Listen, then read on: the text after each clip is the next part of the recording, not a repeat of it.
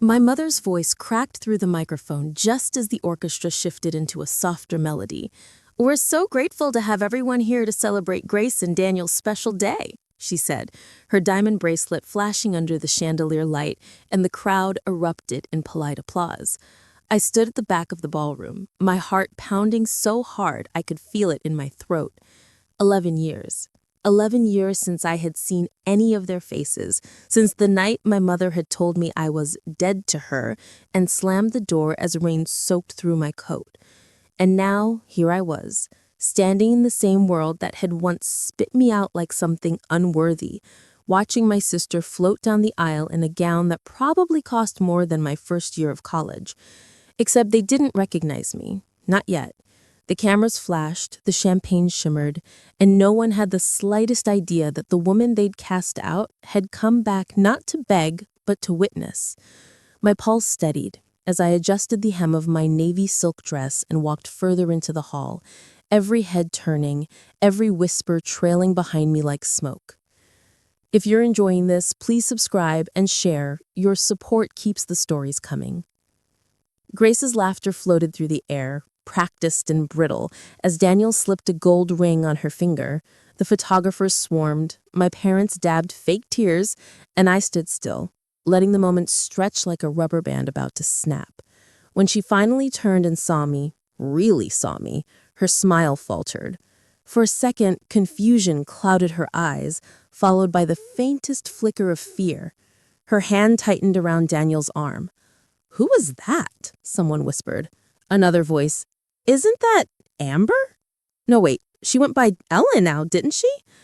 A ripple of recognition passed through the room, the kind that spreads when a ghost walks into a party for the living.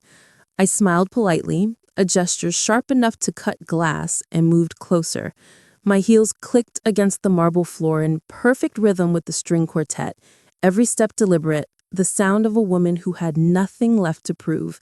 I caught a glimpse of myself in one of the mirrored columns, poised, calm, successful, and almost didn't recognize the reflection. My hair, once dull and unkempt from sleepless nights in a cheap apartment, now fell in soft waves over my shoulders.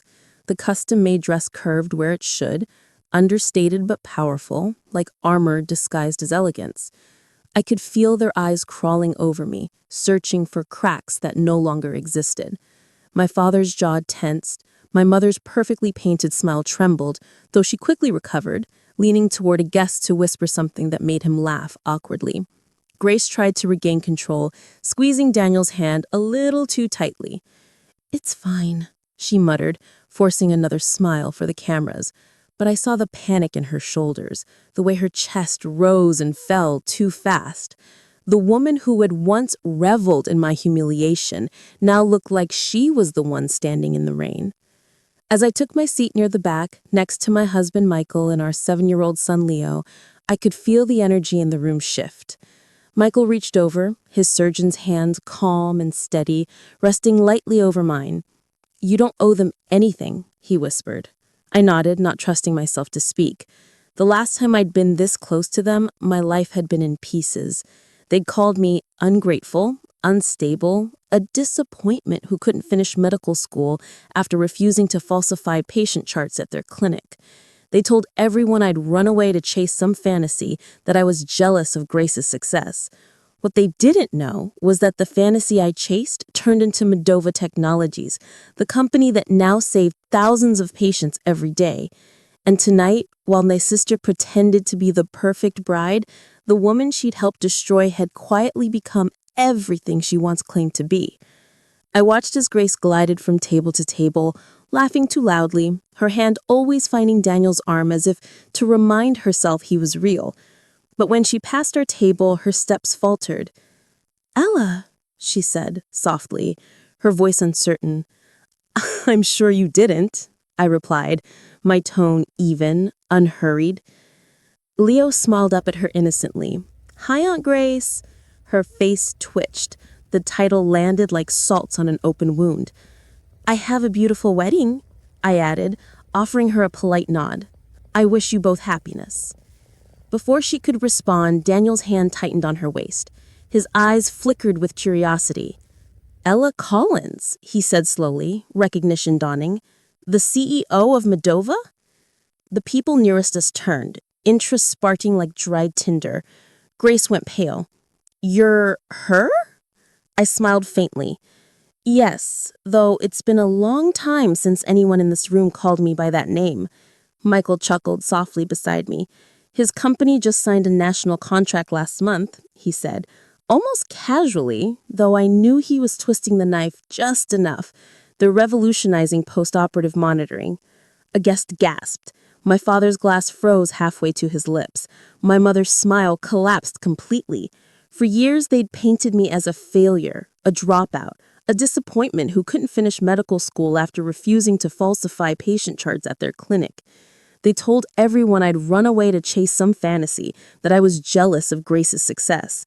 What they didn't know was that the fantasy I chased turned into Medova Technologies, the company that now saved thousands of patients every day. And tonight, while my sister pretended to be the perfect bride, the woman she'd helped destroy had quietly become everything she once claimed to be. I watched as Grace glided from table to table, laughing too loudly, her hands always finding Daniel's arm as if to remind herself he was real. But when she passed our table, her steps faltered. Ella, she said softly, her voice uncertain. I'm sure you didn't, I replied, my tone even, unhurried. Leo smiled up at her innocently. Hi, Aunt Grace. Her face twitched. The title landed like salt on an open wound. I have a beautiful wedding, I added, offering her a polite nod. I wish you both happiness. Before she could respond, Daniel's hand tightened on her waist. His eyes flickered with curiosity. Ella Collins, he said slowly, recognition dawning. The CEO of Medova. The people nearest us turned, interest sparking like dried tinder. Grace went pale. You're her? I smiled faintly. Yes, though it's been a long time since anyone in this room called me by that name. Michael chuckled softly beside me. His company just signed a national contract last month, he said, almost casually, though I knew he was twisting the knife just enough. They're revolutionizing post-operative monitoring. A guest gasped. My father's glass froze halfway to his lips. My mother's smile collapsed completely. For years, they'd painted me as a failure, a dropout, a disappointment who couldn't finish medical school after refusing to falsify patient charts at their clinic. They told everyone I'd run away to chase some fantasy, that I was jealous of Grace's success.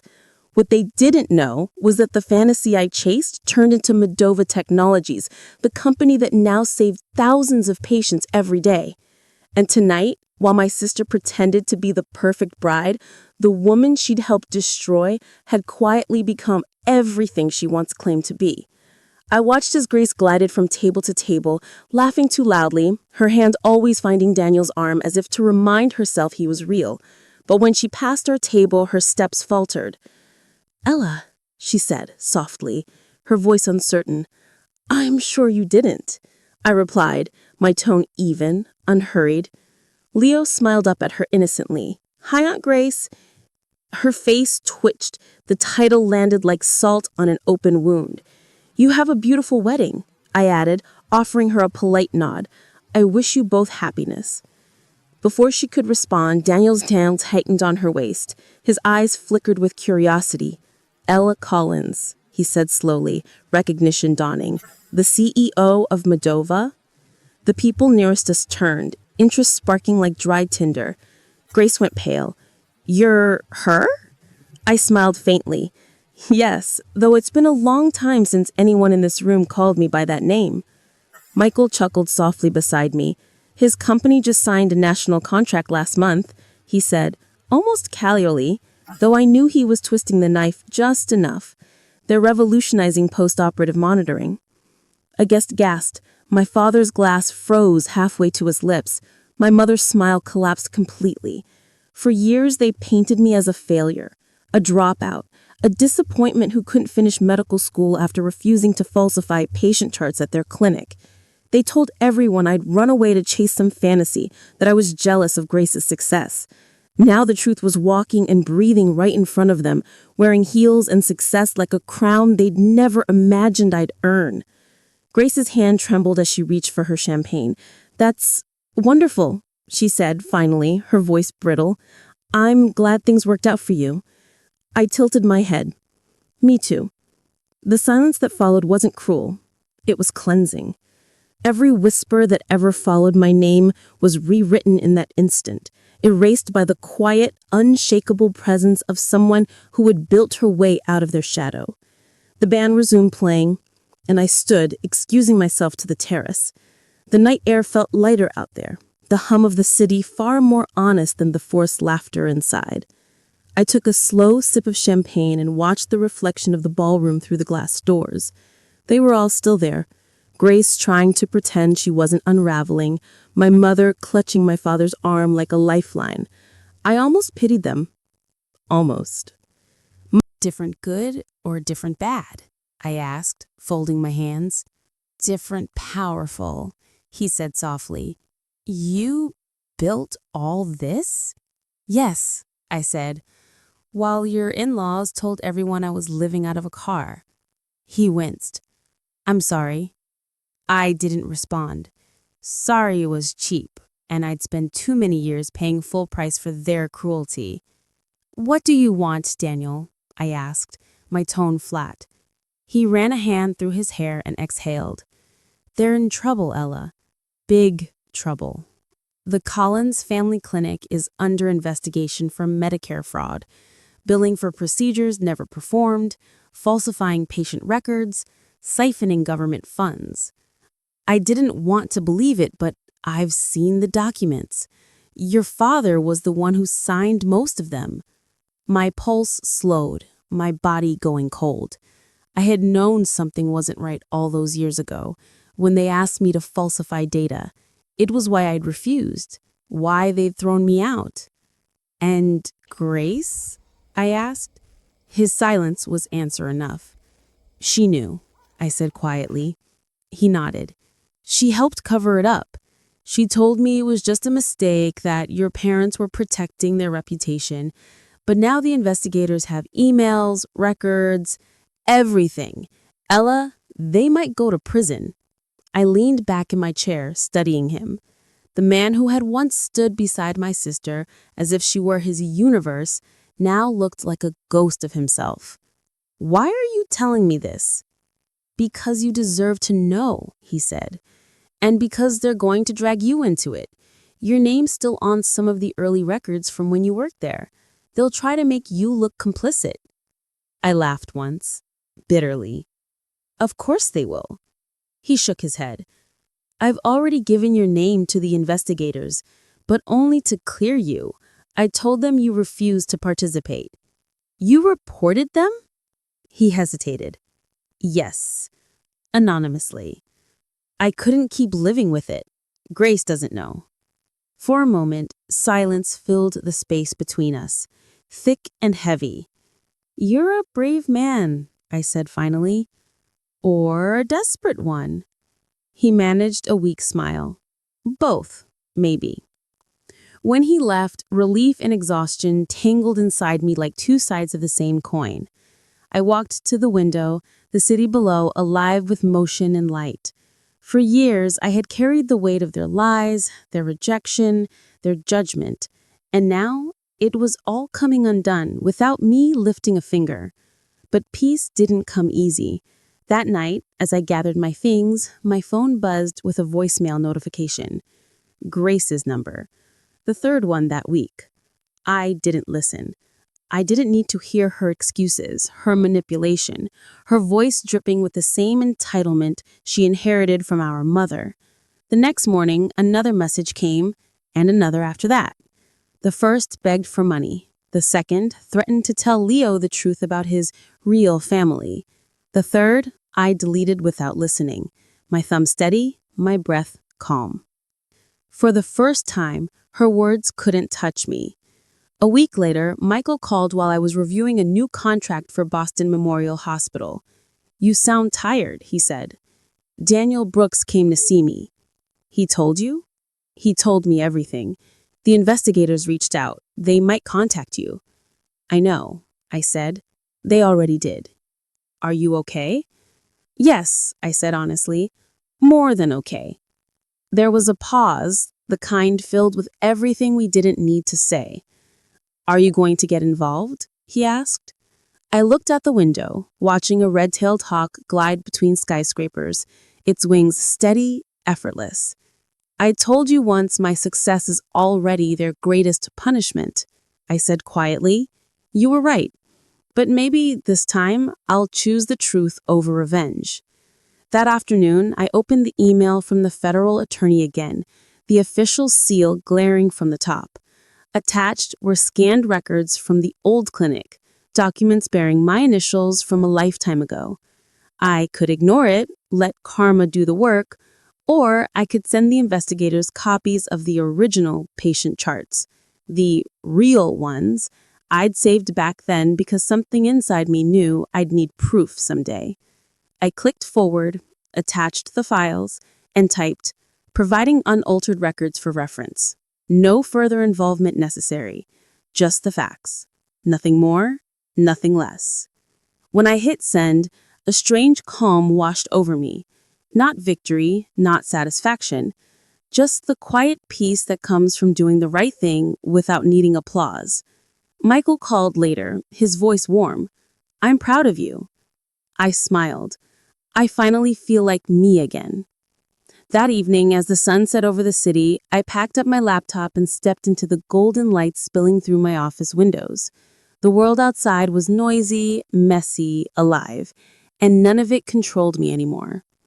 On my way home, Leo called from the back seat. Mom, can we go to the zoo tomorrow? The tiger cubs are out. Of course, I said, laughing softly, but only if you let me get cotton candy this time. His laughter filled the car, pure and bright, washing away the last traces of the past.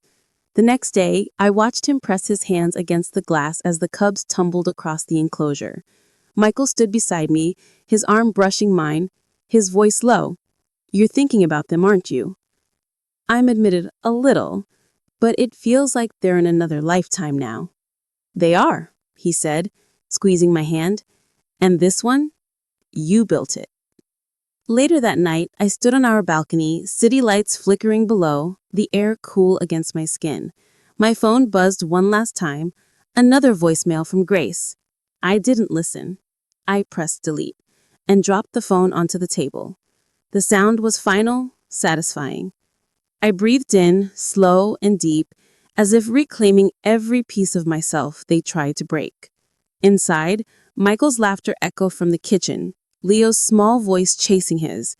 I turned toward that sound, toward my real life, the one that mattered. Behind me, the skyline shimmered, and somewhere in the distance, thunder rolled.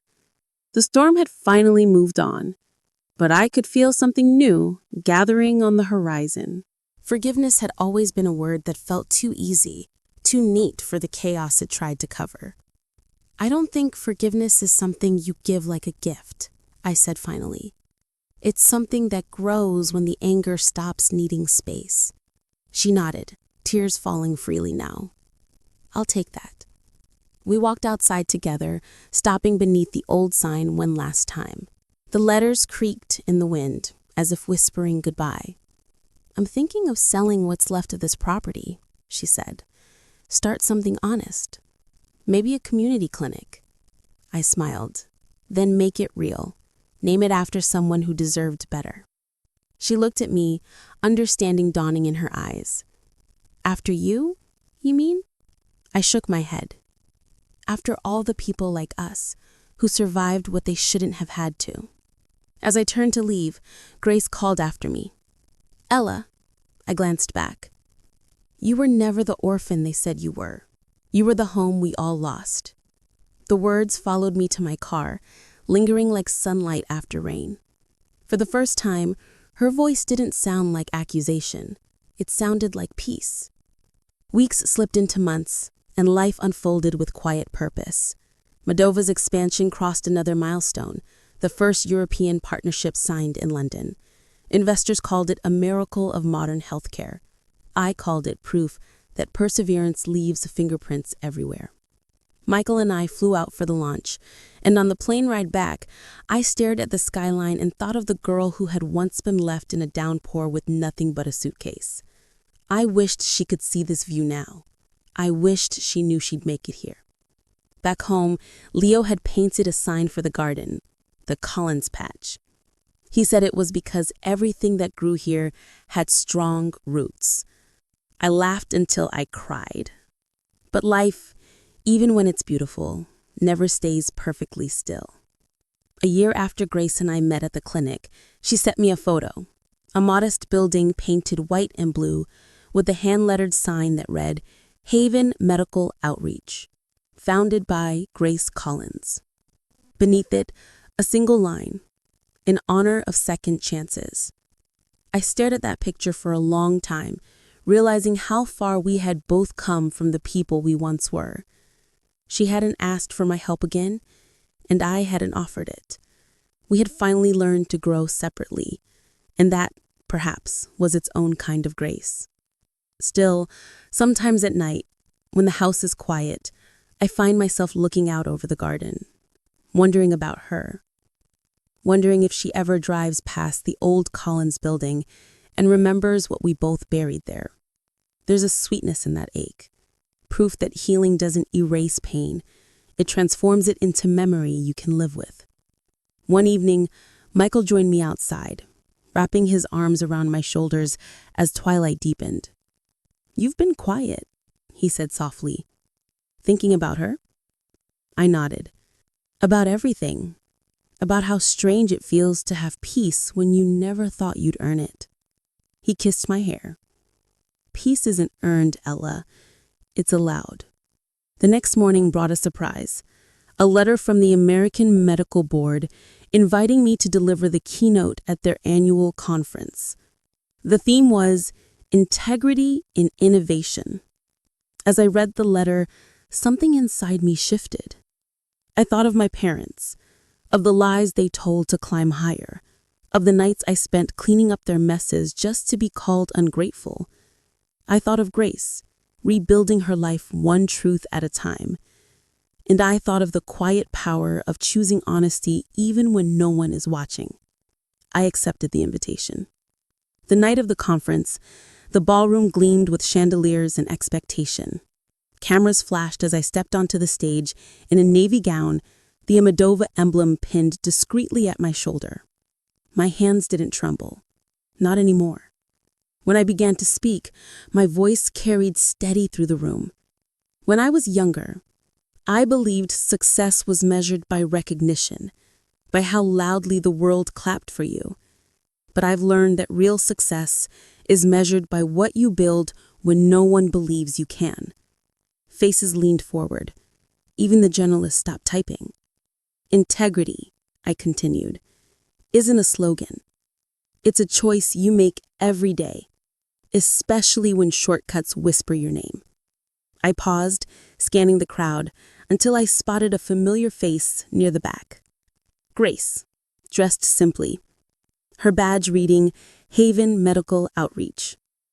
Our eyes met, and in that instant, the story that had once been fractured came full circle. We are not defined by the family we are born into, but by the one we choose through our actions, our truth, and our compassion.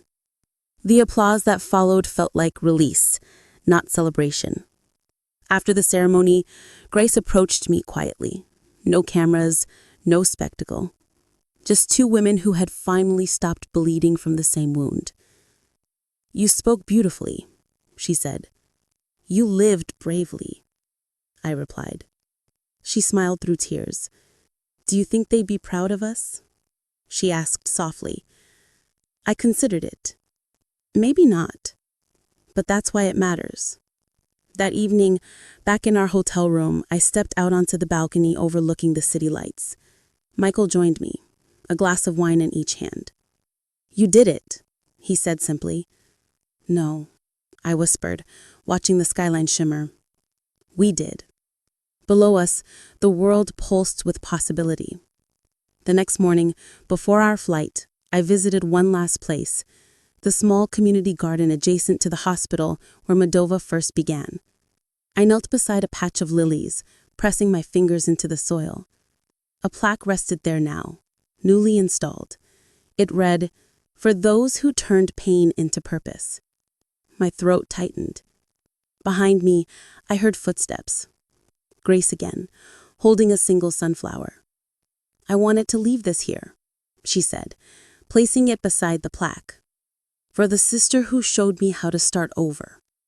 I looked at her, tears stinging my eyes. "And for the sister who finished the story." We stood there side by side, two survivors finally at peace with the past that shaped them. That night, as our plane lifted into the clouds, I watched the city lights fade beneath us. Leo slept with his head on my shoulder, his small hand curled around mine. Michael reached across the aisle, his fingers brushing mine in quiet solidarity. I thought of everything that led here. The betrayal, the exile, the years of clawing back from nothing. And then softly, I smiled. Because every scar had become part of the map that led me home. Some roots you're born with. Others you plant yourself. But the strongest ones, the ones that hold through every storm, are the ones you choose to keep growing even after the garden burns. And I kept growing. Always will.